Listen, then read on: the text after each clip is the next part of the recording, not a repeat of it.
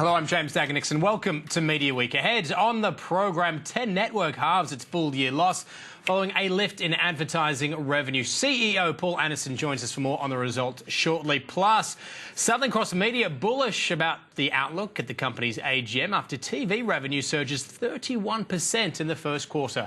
But first, 10 Network halving its annual loss to just shy of $157 million. That's despite writing down the value of its TV licence by over $135 million. Revenue for the period rose 7.5%, helped by the network's tie-up with Foxtel's MCN. But Capital City free-to-air advertising saw a dip of nearly 3%. For more on that result, Media Week's James Manning is joined by 10 Network CEO Paul Anderson. Welcome back to Sky News Business. Pleasure. Good result for you this year, bit of a turnaround, but you've been pretty restrained this morning. I guess you've still got a fair bit of work to do to get it to a position you'd like to be in, yeah? Yeah, look, I think we do. Look, we're really pleased that the strategy as we sat here 12 months ago, we've now, we've delivered audience growth across the year and more importantly, revenue growth. So, we had entered into this partnership or arrangement with MCN and we've now had 18 months of, year-on-year both revenue share growth and absolute revenue dollar growth if you exclude the month of the Olympics. So yes, look, we're happy, but we still have a lot of work to do. Revenues, just under $700 million, sort of trading profit just under $5. Have you got to write much more revenue to get that figure up, or can you sort of cut your cloth to the sort of revenues you're on these days to get a better profit result? No, look, I think it's a combination of both. I think we've still got growth in terms of revenue share. So we talked about with MCN, entering into that relationship gave us scale, gave us efficiency. What we are yet to sort of unleash is the technology part. So we'll be able to trade dynamically with them from early 2017. But we've also got work to do on costs. I think as the whole sector has said in their results this year. So we've said that today, that we're working hard on reducing costs right across the board. But clearly, with the program schedule that we've got in place now, we think we can grow our audience and revenue share.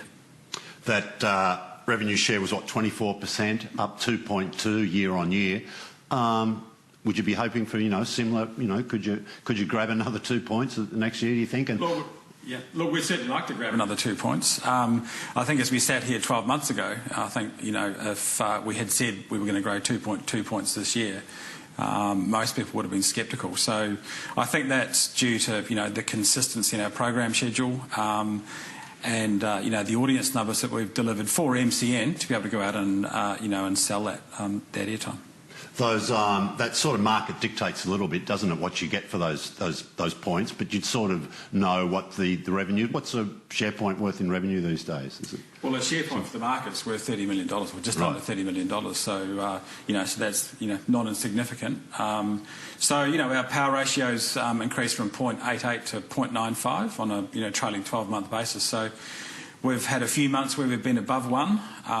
We think we can trade, 2-1 and hopefully above that, given some of the advantages, that we have around technology in particular, the way we trade. You announced sort of quite a big review of your costs.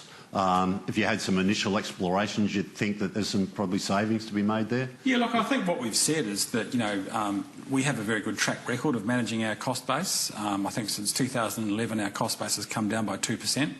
So, but I think in this, in this environment, we all have to look at costs, and I think that's content costs as well as our operating costs. So it's something that we do as a matter of course, and I think, we're just having a good look right through the whole business.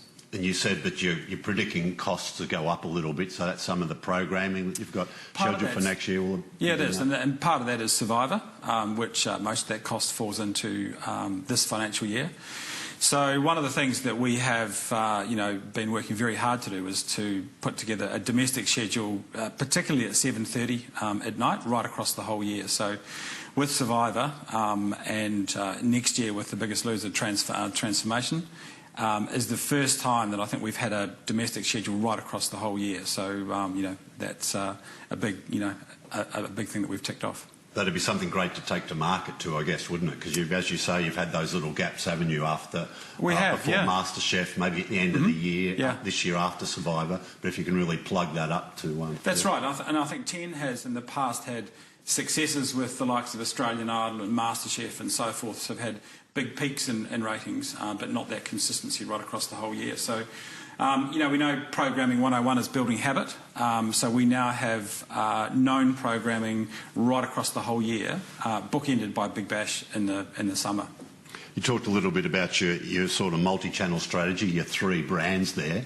I think 7 and 9 have both cut and diced their spectrum to give them, 4 significant channels. Have you looked at that? Have you got business models if you do something? Look, we have looked at that. I think our focus is on maximising the audience that we get out of those 3 brands. 11 has a very distinctive brand and has right since the day it launched. 1 has changed from a sport channel to being a male 25-54, and 1 in particular has shown some really pleasing growth.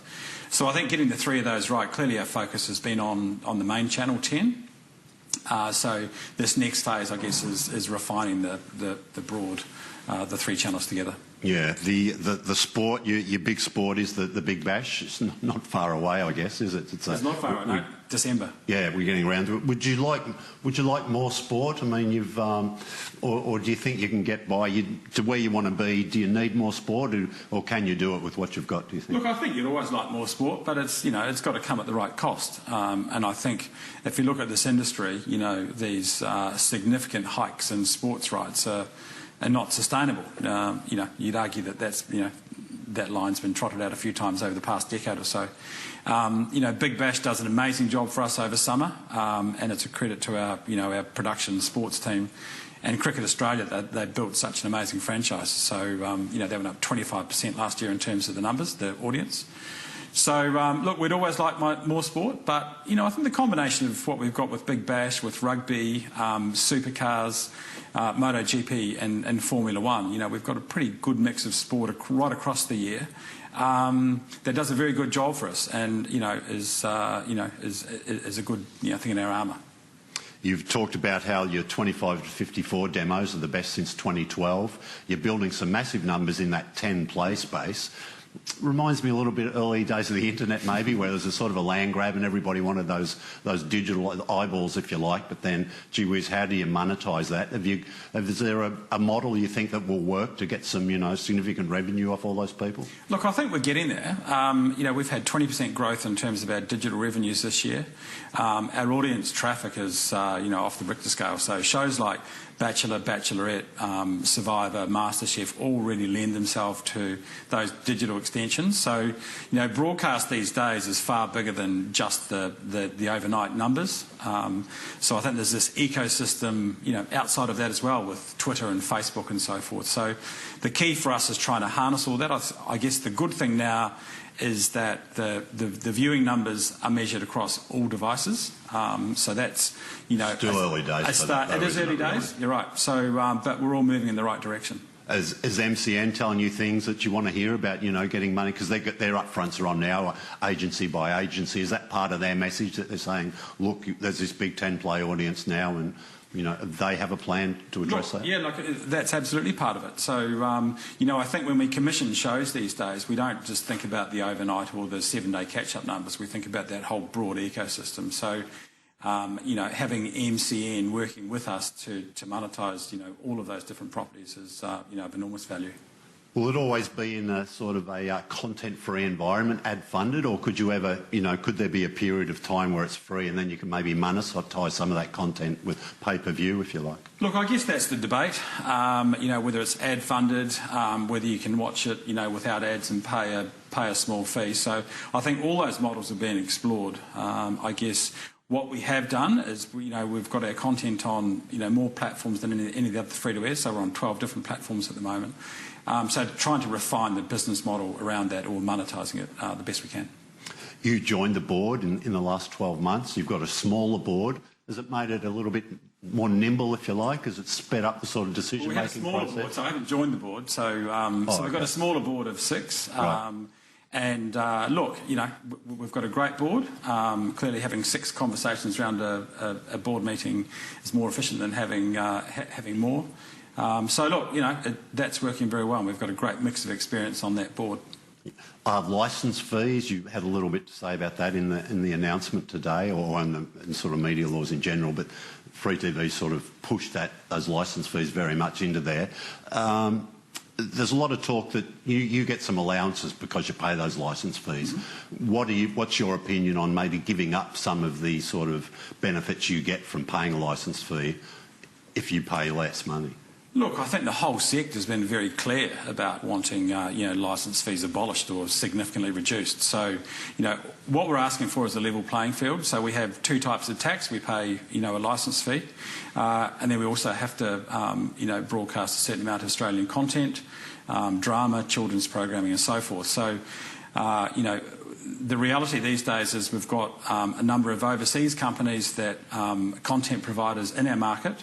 That have enormous budgets that dwarf not only this market, dwarf the content, the traditional broadcasters in the US. None of that content is Australian. They don't necessarily have any employees here, so they don't have the same regulations that we do. So, what we're saying is that we spend $1.5 billion a year on local content in this market, and if we want to protect local content and grow it, then we need licence fees to be abolished. Are you any more relaxed than your sort of colleagues at 7 and 9 about maybe lessening some of the elements of the anti-siphoning regime? Oh, look, I don't think so. I think we've been pretty firm on the anti-siphoning, and that the sports that are on the list are broadcast, so we don't see any reason that needs to change.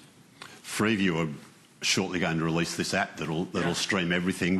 Will all 10 brands be part of that? They will be, yeah. So, 10play will be on it. So, we had a demonstration of that this week from Liz Ross. So, Freeview have done a great job in, building a really simple app that will allow, viewers to go in and, particularly commuters, coming to and from work each day, to be able to watch either live streaming or catch up of, any of the free-to-airs. So just to clarify, 10play, but plus a live stream of it'll have the live stream 10, of 11 and... Of whoever's live streaming at the time, so clearly not all channels at all times. So you won't be live streaming all... Not all of the channels, not at the moment. So okay. That's growing. I think we have sort of 7 or 8 hours a day now on 10 that's live streamed. So it's changing all the time. Mm-hmm. Mm-hmm. You don't see that your competitors are getting maybe a head start on you, that they've gone straight into that? Do you think there's still some value in holding back some of your content? Well, look, it's not so much holding back. I think we said this last year, it was pragmatic. There's a cost to streaming, there's a cost for us. There's also a cost for the consumer who's sitting on the train chewing up their data. So I think that whole, that streaming area is, it's evolving, and we're evolving with it. Yes, the Think TV opportunity, they seem to be looking at exploiting that the best you can. What's the feeling you'll get? Will that significantly bump revenues, or is it about hanging on to what you've got? Look, I think it will in time, and I think the experience of the UK proves that is the case. So in the US and the UK, both those markets have got bodies that promote television. So, it's early days for us. They're doing a fantastic job, Kim Portrait and the team. So, and I think there's this probably the industry working together. This is the first time we've seen them doing this for some time, and which was a great sign. But, as an industry, we've been, I guess, under attack from a lot of overseas players, for the past couple of years, and everything in the press has been relatively unchecked.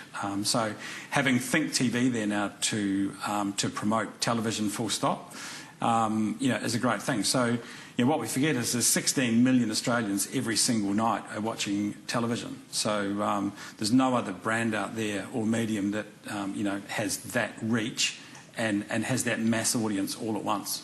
Have you been talking to the market, or has MCN been talking on your behalf, I guess, about the rates for next year, and what's the position there, do you think? Oh, look, we're at that time of year, so I think everyone's out there talking rates for next year. We've got a good story, so we've grown our audience across the year. I think we've got now a consistent, proven schedule. We've launched 10, new successful shows in the past 24 months, which, that strike rate in television sort of, is sort of unheard of. So we feel like we're in a good position at the moment with our content, which is, that's a good story to tell when you're going out to the agencies.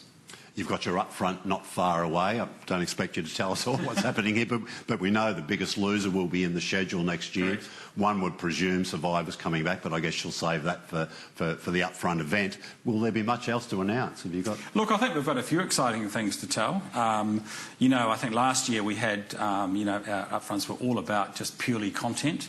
It'll be pretty much the same this year. So we've got a few exciting things to tell, and Survivor's heading into its last week next week with a final week that's is pretty amazing television. Yeah, you've been happy with those numbers that I guess given it's the first year of the franchise? Yeah, it is. And look, we have been, I think, firstly the reviews of Survivor have been quite extraordinary. So the team, both here at 10 and at Endemol Shine, have done an amazing job in producing that series, given, it was a big risk for a show that's been, the most successful reality show in the world, and it's been on air for 33 seasons in the US. So they love the host and they love the way the show's been put together. So we all know how hard it is to launch a new franchise in this market, and particularly one that has a pedigree where someone else has done it very, very well. So, yeah, look, we're thrilled. Yeah, well, they've set the bar pretty high, haven't they, creatively with that first season. So hopefully they can get a similar cast next year. Yeah. Paul Anderson, look, great. Thanks for joining us today, Sky News Business. We'll look forward to your upfronts. Thank you very much. James Manning there, speaking to Network 10 CEO Paul Anderson. We are going to take a quick break. When we come back, we're going to shine the spotlight on Southern Cross Media. They held their AGM today. Stay with us.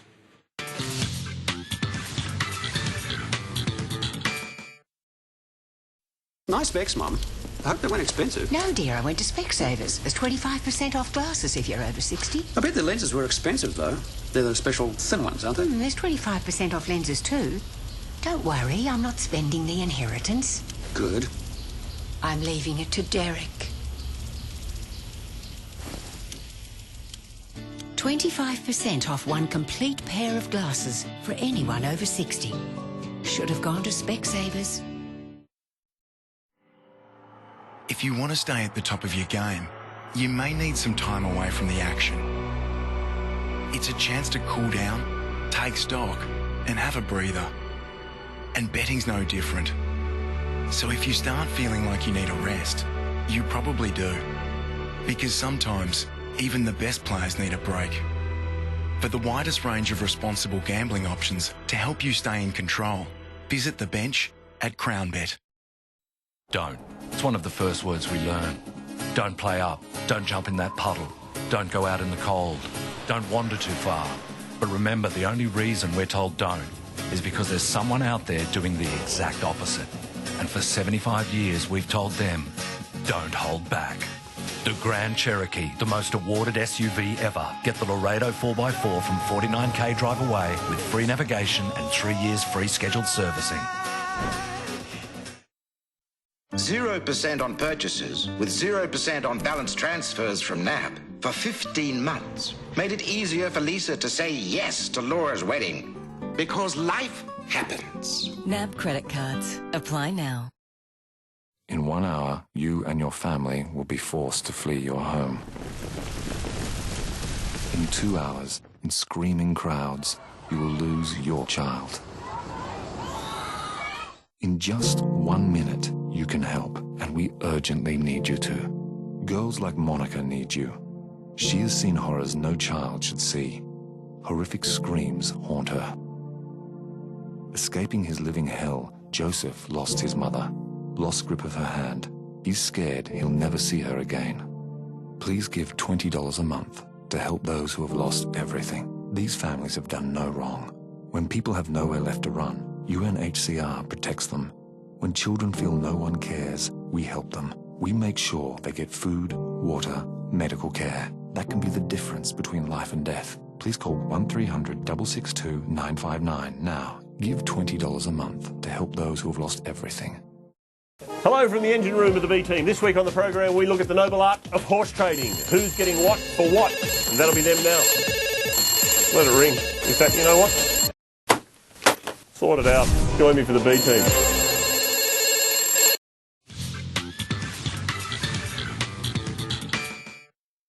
Welcome back to Mediaweek. Well, Southern Cross Media has maintained guidance for the first half of the year at the company's AGM. It follows advertising revenue rising 5% and TV revenue surging 31% during the quarter. Well, our co-host James Manning, editor and publisher of Mediaweek, joins us. James, look, pretty good news from Southern Cross.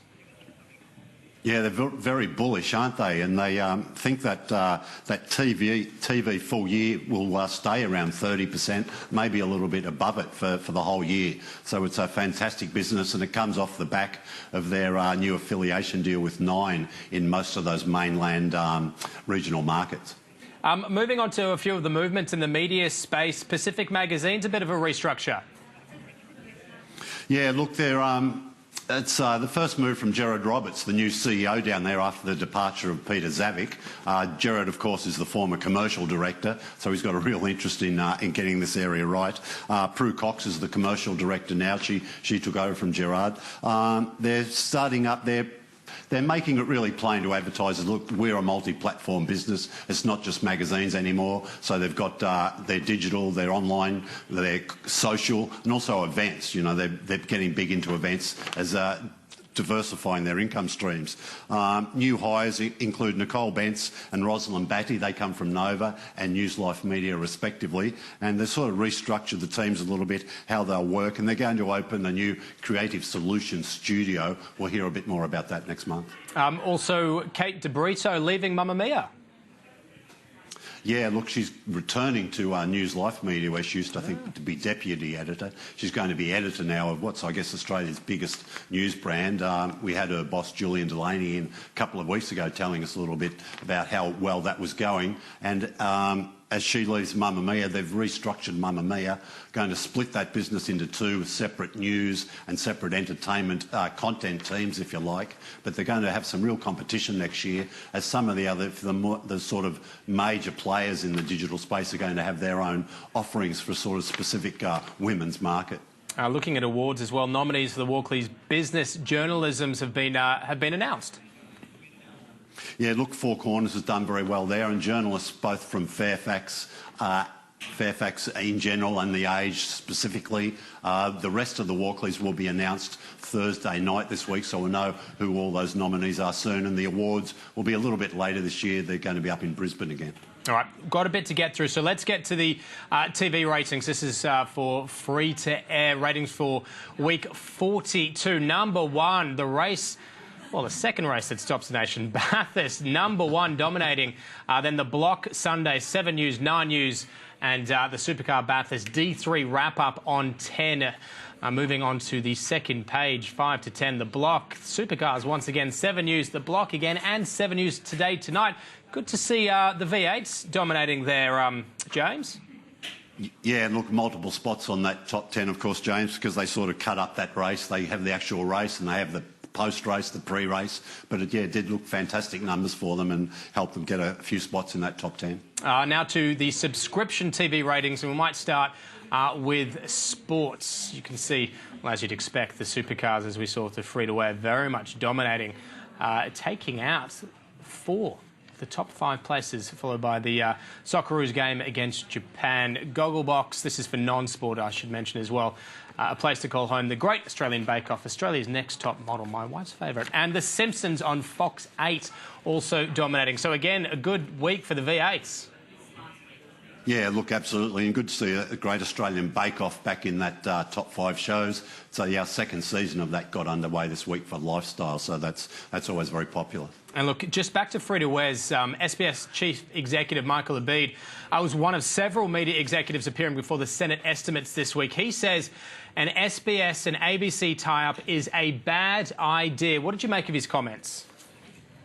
Yeah, it's a little bit surprising because you think there might be some synergies there. You know, everybody's looking at their costs. You'd think perhaps there was some backroom stuff they could share on. You know, some sort of office, you know, admin stuff. But he just thinks, look, it's a no-go. Then, sort of at the same day, they've been getting a lot of heat off their deal with Vice for the rebranding SBS2 as Viceland, and they said, yeah, look, that's a great fit. So it's. I don't know, I just find it a little bit confusing. We're going to get someone from Viceland, SBS in soon. We'll sort of go through and just get their explanation why they think that's a great tie-up. And just on that, they've released a new schedule, haven't they, as well as, I suppose, a mix of new and existing content for that channel? Yeah, look, some of that Viceland content's going to be pretty edgy, so it's not going to be for all viewers.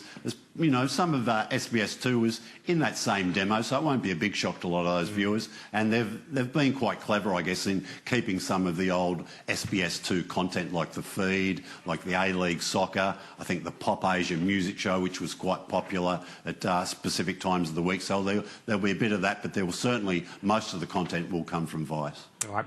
James, great stuff as always. Thanks to have you on board. Thank you. James Manning, the editor and publisher at Mediaweek. That's all we have time for from the team here. Thanks for your company.